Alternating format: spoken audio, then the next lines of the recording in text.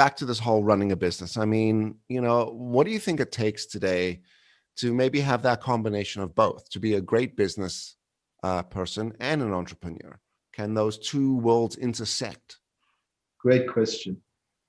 Greg, I think it depends tremendously on the person. I'm a guy, my best successes have always came when I partnered with somebody who complemented my strengths and weaknesses. So I know, and over the years, I'm in my late 50s now, I've come to really understand my natural skill is not to be hyper-focused on running a business. My natural skill is to create opportunities and partner with people that become hyper-focused on actualizing those opportunities. And to be honest with you, I haven't met a lot of entrepreneurs who had that unique ability to combine the entrepreneurial creativity with a very, very good execution consistently of the strategy. So I've always been the person that partners with that.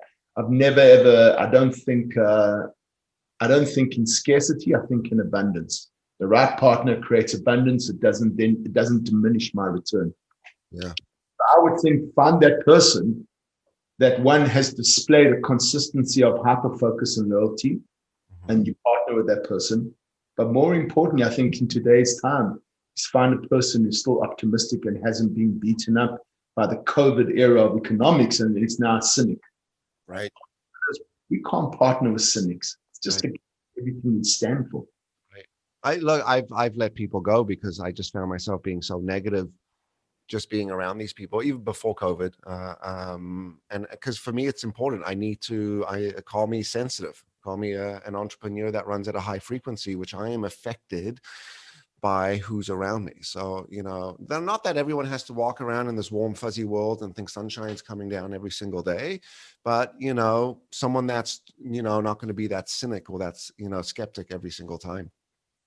Partnership is difficult, right? I mean, I remember early lessons instilled to me by some, call it, leaders in my life, were don't ever partner with anyone, right? You don't need a partner. But I think to your point, it's recognized. That's the vulnerability I think you were talking about earlier, which is, are you willing to be vulnerable enough to recognize where your strengths are and they're not, and how do you now mesh that together with someone else? But I hear more partnerships failing than succeeding.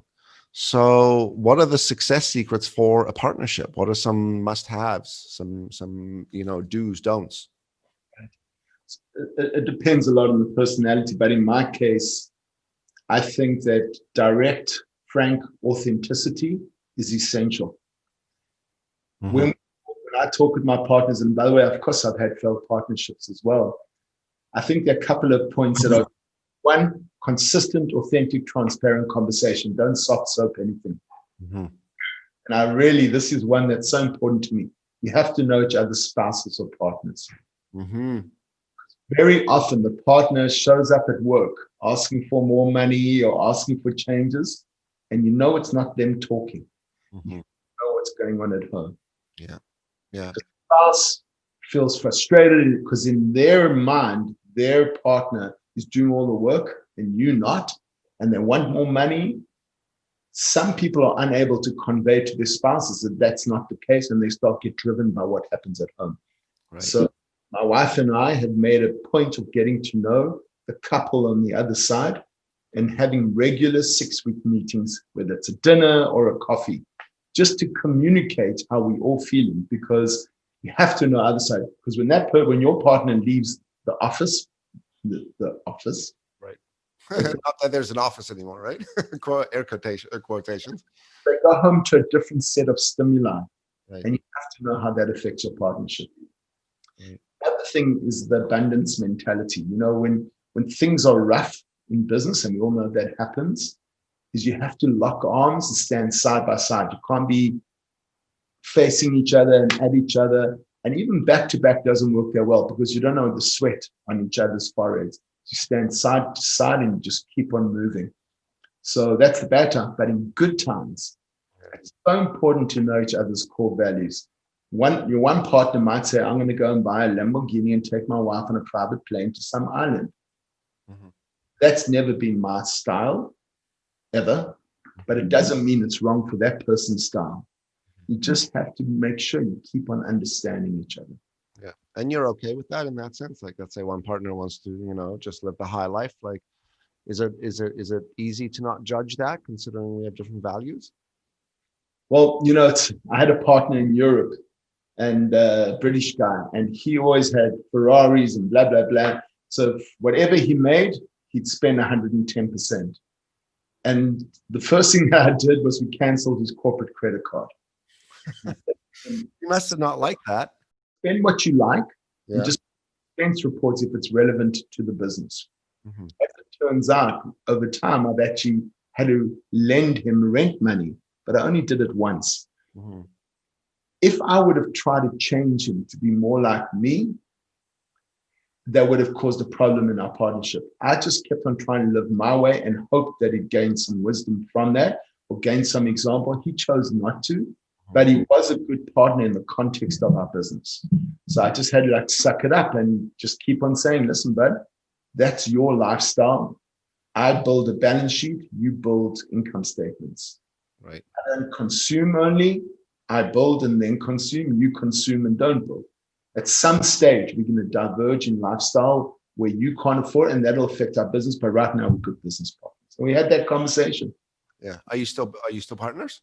No, not because he got divorced, and then the little that he did have, his wife took everything, and then it just fell apart. And I helped a period of time. But the interesting thing about it is that I enjoyed his company in that. He was a good guy, and we're good at being partners. But he thought I was absolute crazy. He used to call me cheap and all these different things. And I just thought, no, listen, I'm playing the long game. Doesn't mean I'm right and doesn't mean you're wrong. Just different ways of lifestyle. I've lived this for a long time. I don't want to work with anyone that I don't have a relationship with and are part of their lives, which specifically includes things like spouses and kids.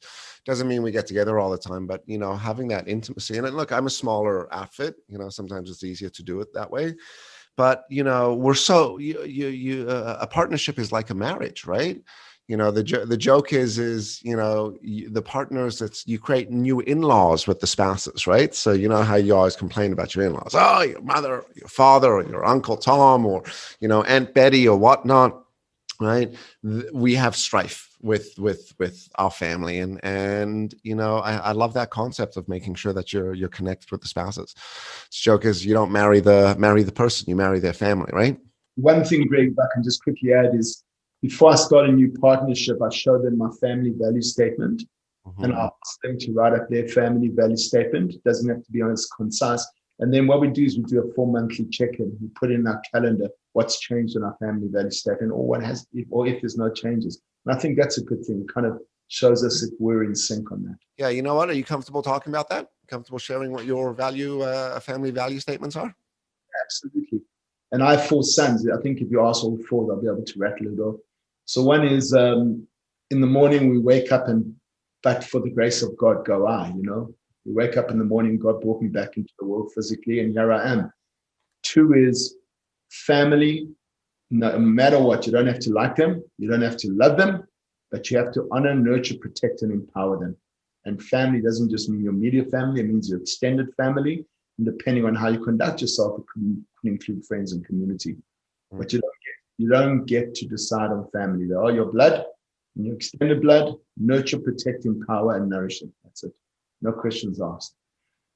Next one is we associate and become close to net contributors to society. Before we start consuming, we ensure we contribute first. Might mean you have a smaller circle of friends, and might mean you do business with less people, but associate with net contributors. Number 4, we run our own race. If we come home, my son says to me, Dad, we won the soccer game. They know the next question is going to be, how did you play? Because winning the soccer game is just a number. It's other people's races. How did you play? If you played well, then you won today. If you had a bad day, you didn't win today. So we don't let other people tell us how rich we should be, how rich we shouldn't be, how to conduct ourselves, what cars we could drive. We have to know ourselves and run our own race.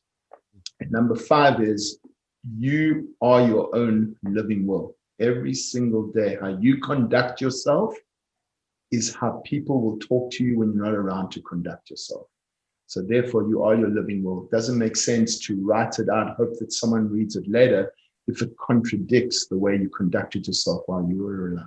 Hey, I'm Greg Witz. Thanks so much for coming and checking out the video. If you like that video, you're going to love the next one. So I'd highly suggest that you click this video over here. And don't forget to subscribe and share.